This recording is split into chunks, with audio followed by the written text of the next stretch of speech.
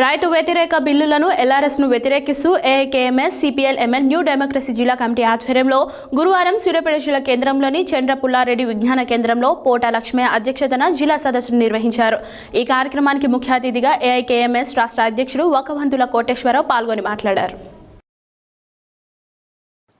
రైతు వ్యతిరేక బిల్లు ఎల్ఆర్ఎస్ను వ్యతిరేకిస్తూ ఏఐకేఎంఎస్ సిపిఐ-ఎంఎల్ న్యూ డెమోక్రసీ జిల్లా కమిటీ ఆధ్వర్యంలో గురువారం సూర్యాపేట జిల్లా కేంద్రంలోని చంద్రపుల్లారెడ్డి విజ్ఞాన కేంద్రంలో పోటు లక్ష్మయ్య అధ్యక్షతన జిల్లా సదస్సు నిర్వహించారు.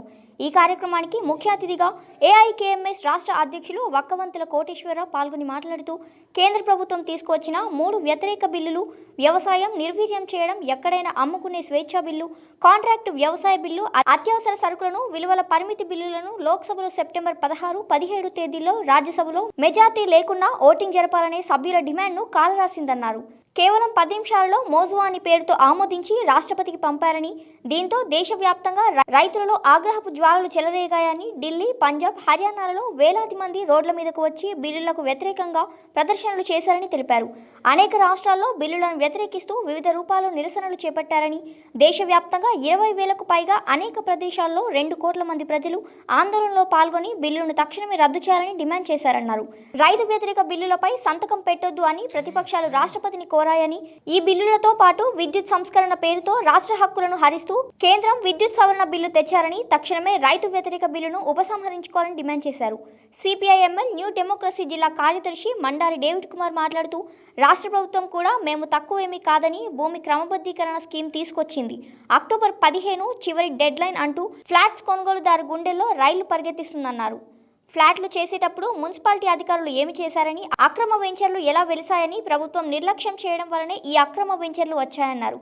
ఎల్ఆర్ఎస్ వలన ప్రజలపై పెనుభారం పడుతుందని, తక్షణమే కేంద్ర, రాష్ట్ర ప్రభుత్వాలు తీసుకొచ్చిన ప్రజా వ్యతిరేక బిల్లులను ఉపసంహరించుకోవాలని డిమాండ్ చేశారు.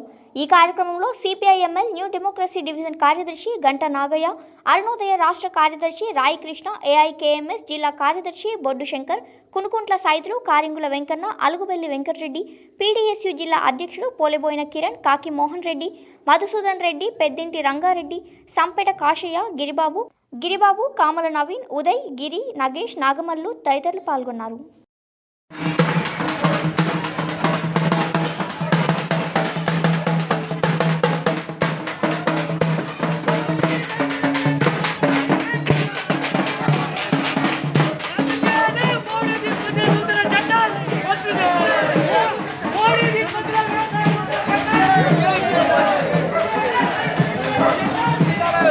కొనుగోలు చేయని పరిస్థితుల్లో, లేకపోతే బయట ఎవడైనా కొనుగోలు చేయాలంటే గవర్నమెంట్ సంస్థల కంటే తక్కువ ధరతోనే కొనుగోలు చేస్తున్నప్పుడు మనం అందరం కూడా ప్రభుత్వ సంస్థలకి అమ్ముకుంటాం. ప్రభుత్వమే సేకరణ చేయాలి.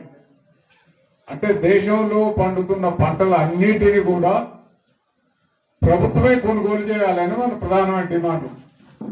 ప్రభుత్వమే ఎందుకు చేయాలి అంటే, ప్రభుత్వానికి కొన్ని చట్టాలు, మన అందరూ ఉద్యమాలు చేసిన ఫలితంగా కొన్ని చట్టాలు వచ్చినాయి. అంటే ఒక బస్తా అంటే 77 కిలోలు కాదు, 76 కిలోలు. అంటే ఇది చట్టం ఉంది. మన దగ్గర ఏం చేస్తున్నారు, అనేక చోట్ల 77 కిలోలు వేసి తాళ్ళ కింద ఒకటి, బస్తా కింద 1 కేజీ తీసేసి 75 నికర చేసే పద్ధతి ఉంది.